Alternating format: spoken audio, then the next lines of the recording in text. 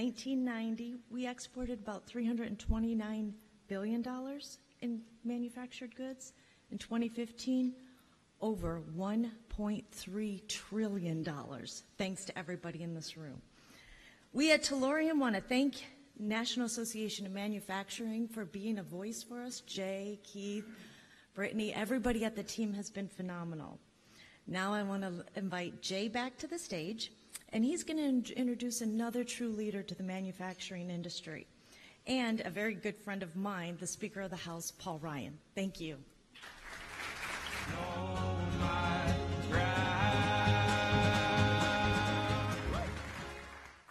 Well, thank you very much, Majida, and thanks to sorry, my notes are a little messed up here. Thanks to Tellurian, thank you for your support of our Manufacturing Summit. You are a world-class company, and you're helping Americans harness our energy future, and we're very proud to partner with you at the NAM. Now, you know what? In politics, it's really easy to spot the differences between those who are genuine and those who are in elected office for all the wrong reasons. Nothing in the government, nothing is more important than personal integrity. We can find good people on both sides of the political aisle, and I have to tell you, in my personal view, Paul Ryan is the absolute best. He believes in the heart and soul of America, what is good and what is right. And he works every single day to make our country even more exceptional than she already is. For manufacturers, he is always there. We can count on Speaker Ryan to respond thoughtfully to our concerns and priorities with a listening ear and an open mind. The fact that he's here today, despite the demands on his time, is a testament to how much respect he has for manufacturing and for our agenda for progress. And in many ways, Paul Ryan is a different kind of speaker.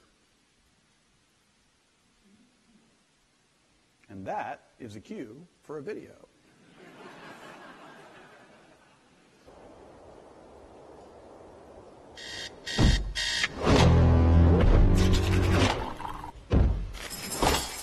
It is not the critic. To me, the House of Representatives represents what's best of America. The boundless opportunity to do good. But let's be frank. The House is broken. We need to make some changes, starting with how the House does business. How reassuring it would be if we actually fixed the tax code, put patients in charge of their health care, grew our economy, strengthened our military, lifted people out of poverty, and paid down our debts. The cynics will scoff. They'll say it's not possible. You better believe we're going to try. We will not duck the tough issues. We will take them head on. And when we are done, let us say that we left the people, all the people, more united, happy, and free. Ladies and gentlemen, please help me welcome a great American, my friend and our friend, Speaker of the United States House of Representatives, Paul Ryan.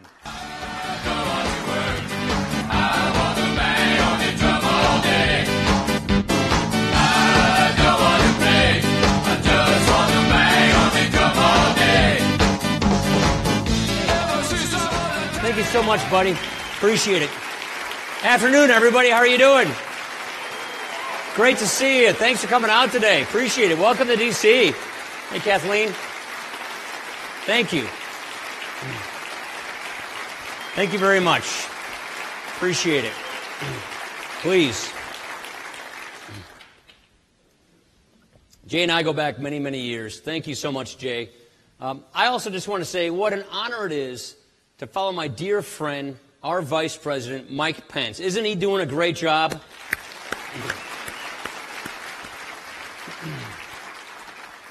You know, together, we are working on a bold agenda for the country. Regulatory reform, health care reform, tax reform, rebuilding our military. And after years of talking about these problems, we're finally doing something about them. But I do not view this as sort of a simple checklist for government or just turning the page on the policies of the recent past. This is much deeper than that.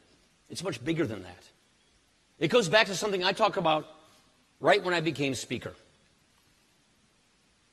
It's something that is as relevant today as ever. It is about building a confident America. An America where people are confident that they can get a job that pays well in an economy that's growing. An America where people are confident that their children will grow up with real security and opportunity. And we want an America where people are confident that they can withstand any challenge and emerge even stronger. This, to me, is the great task that's before us.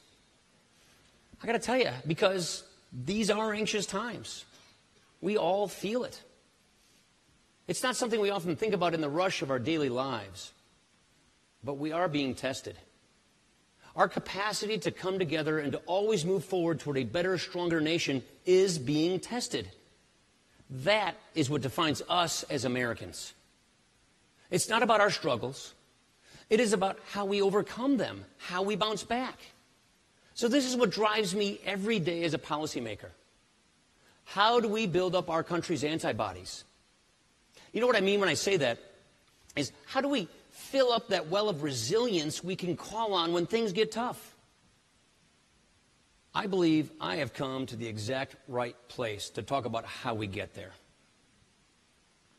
How many times in recent years have the so-called experts told us that American manufacturing is never coming back? That its best days were in the rear-view mirror. But right now, there are nearly 1 million more Americans working in manufacturing than there were at the beginning of this decade. Manufacturing is thriving across the country. Now, you know as well as anyone how quickly things can change. And when they do, will we be able to say that we are ready? Will our workers be ready to take on the jobs that don't even exist yet? Will our economy be ready to handle the disruptions that we can't even fathom yet? That's our test. And that is why, working with President Trump, we are delivering on an agenda to create jobs and to grow our economy.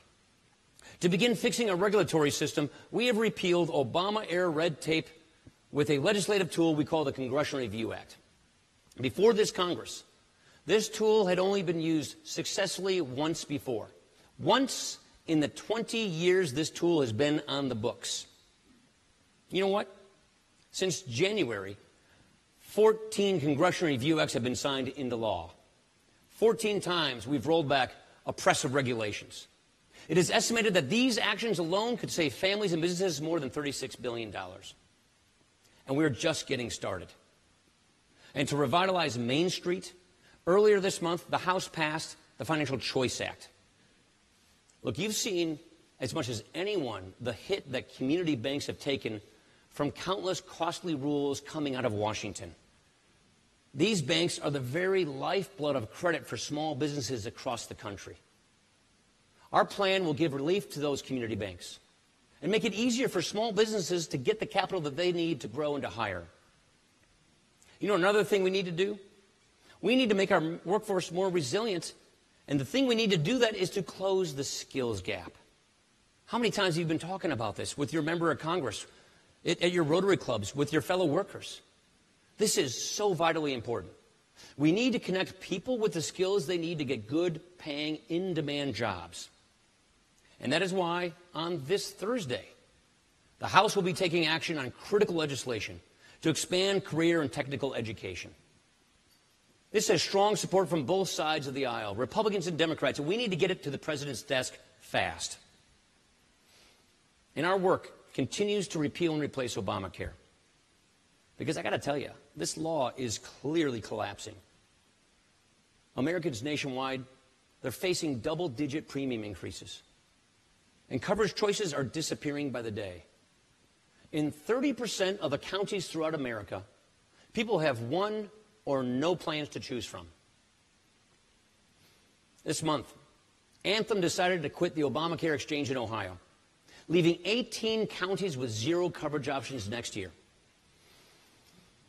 Last month, Blue Cross Blue Shield decided to quit the Missouri exchange, leaving 25 counties with zero coverage options. And also last month, Medica signaled it would quit the Iowa exchange, which will leave 94 of 99 counties in the state of Iowa. That's 70,000 people with zero coverage options. So this is the story across the country. Higher premiums, little or no choice, a death spiral. We are engaged in nothing short of a rescue mission to finally bring relief to Americans struggling under this law and to give everyone access to the care that they need. So just in 5 months, we have made real progress on getting government out of your way. And your support has been the big reason why, and I just wanted to come and say thank you for that.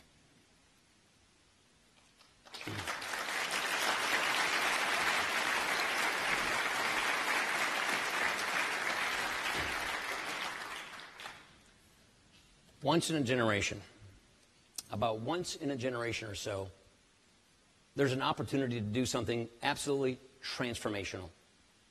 Something that will have a truly lasting impact long after you and I are gone.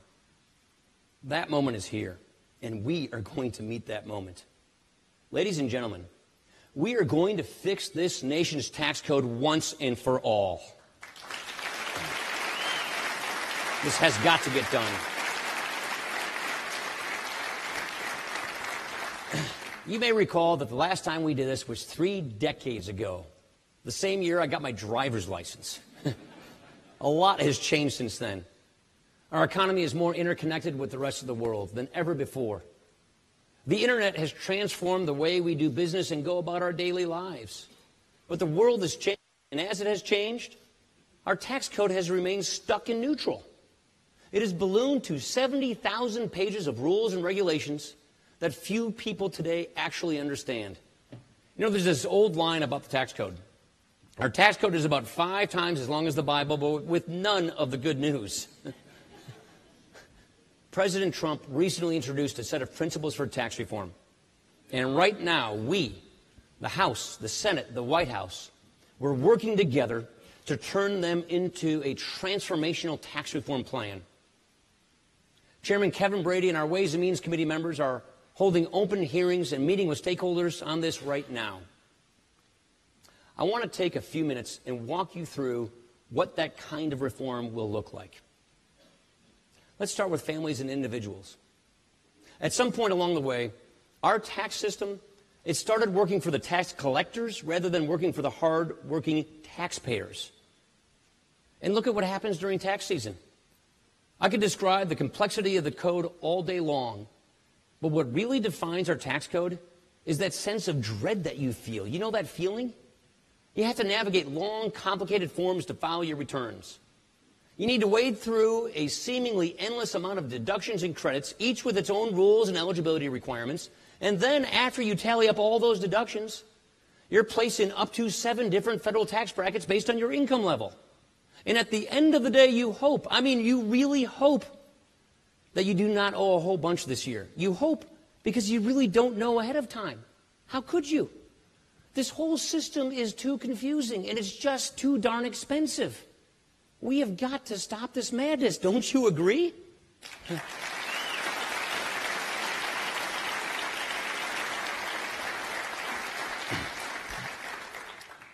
So let's just start over. First, we will eliminate harmful, burdensome taxes, including the death tax and the alternative minimum tax.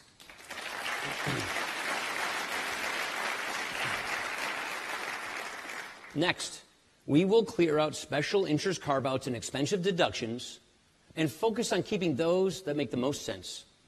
Home ownership, charitable giving, retirement savings.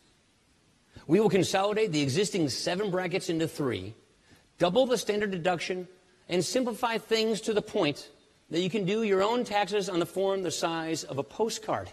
This instead of the 1040 form. Wouldn't that be nice? This is within our reach. And finally, and most importantly, we will use the savings from eliminating these loopholes to lower tax rates. Let me say that again. We're going to cut taxes. But Yeah, you heard that right. Yes. Not up, down. But if we're going to truly fix our tax code, then we've got to fix all of it, both for individuals and for businesses. You know why we're going to do that? Because it's going to create jobs. That's what this is about. That's what this is all about. It's about jobs, jobs, jobs, good-paying jobs. As a matter of fact, the Nonpartisan Tax Foundation estimated that our blueprint would create 1.7 million new full-time jobs. How do we do it? Well, right now, we have the worst business tax system in the industrialized world. Most people don't really know this, but here in America, 8 out of 10 businesses file their taxes as individuals. In fact, most of our jobs come from these new and these small businesses.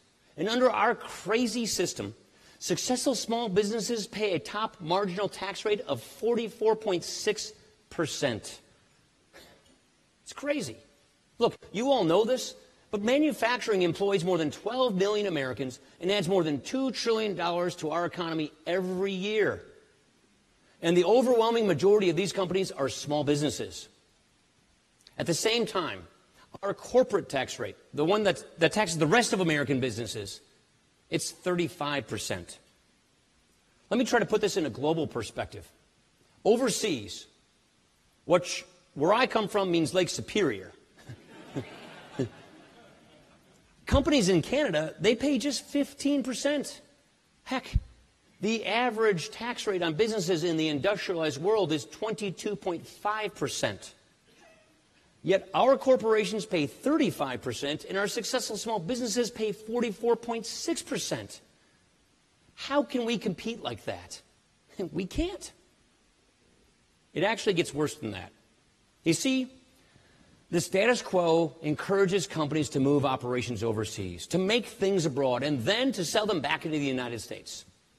This makes no sense, and it is actually costing us a lot of jobs. We're actually very unique in the world in the way that we discourage capital from coming back to America and how we incentivize offshoring. This is not the kind of an exceptionalism that we should be aspiring to. Today, U.S. companies are leaving to become foreign companies when it should be the other way around. We want foreign companies to become U.S. companies. We must think differently so that once again, we make things here and export them around the world. There are so many different ways of achieving this. We in the House have our own idea. And that is one of the things that we're discussing with the administration because we're going to get this right. Here's the bottom line. We cannot accept a system that perpetuates the drain of American businesses overseas.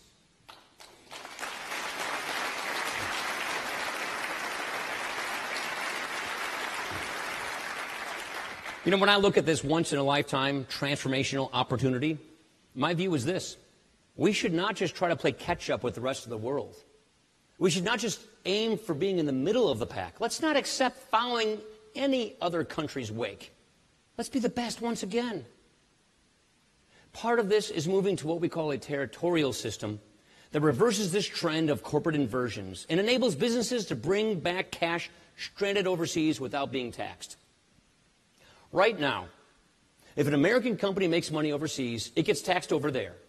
But we also tax it again if that company tries to bring that money back into the U.S. Almost no other country does this. And as a result, it is preventing many companies from bringing that money back home. They just keep it over there. It is literally stranding trillions of dollars that could come back into our economy. We have got to fix this, and we will.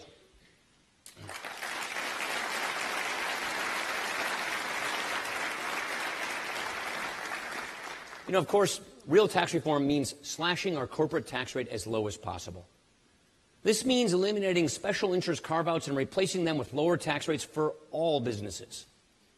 And it means creating a new, lower tax specifically for small businesses so that they too can compete in a fair, level playing field. There is one last piece of this puzzle. And it goes back to the idea that all of this is about looking down the road. It's about planning for the future, leaving a better legacy.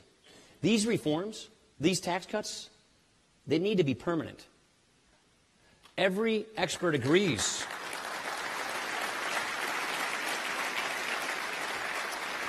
They need to be permanent because every expert agrees that temporary reforms will only have a negligible impact on wages and economic growth. Businesses need to have confidence that we won't pull the rug out from under them. They need the certainty from permanent tax cuts to hire more workers, to invest in their businesses, and to plan for the future. So that's basically an overview of our plan, which we will begin to turn into legislation to put before Congress. It is a very ambitious plan, yes, but you know what? It has to be. Now, I know that the cynics and the naysayers, they're going to be out in full force. You will hear that tax reform is coming along one day. Then you will hear that tax reform is dead. Then you will hear that it's back on track. Then you will hear that it's on life support. Sometimes you will hear this the same week. Sometimes you'll hear this in the same day. Heck, sometimes you'll hear this in the same hour. Do not be surprised by any of this. I am here to tell you, we are going to get this done in 2017.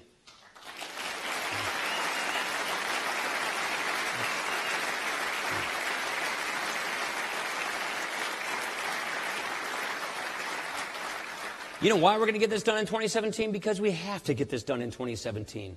We cannot let this once-in-a-generation moment slip by. Yes, the defenders of the status quo, and there are many of them, they're counting on us to lose our nerve, to fall back, or to put this off altogether. But we will not wait for a path free of obstacles. Guess what? It doesn't exist. And we will not cast about for quick fixes and half measures. Transformational tax reform can be done, and we are moving ahead, full speed ahead. I promise you that we will give it all that we have.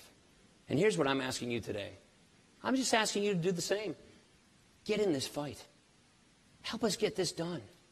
Help us make this difference.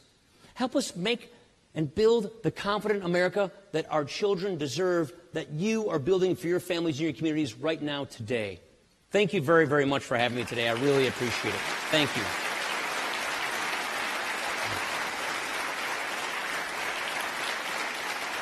Thank you. Good. Thanks, man. Appreciate it, Jay. Well, thank you very much.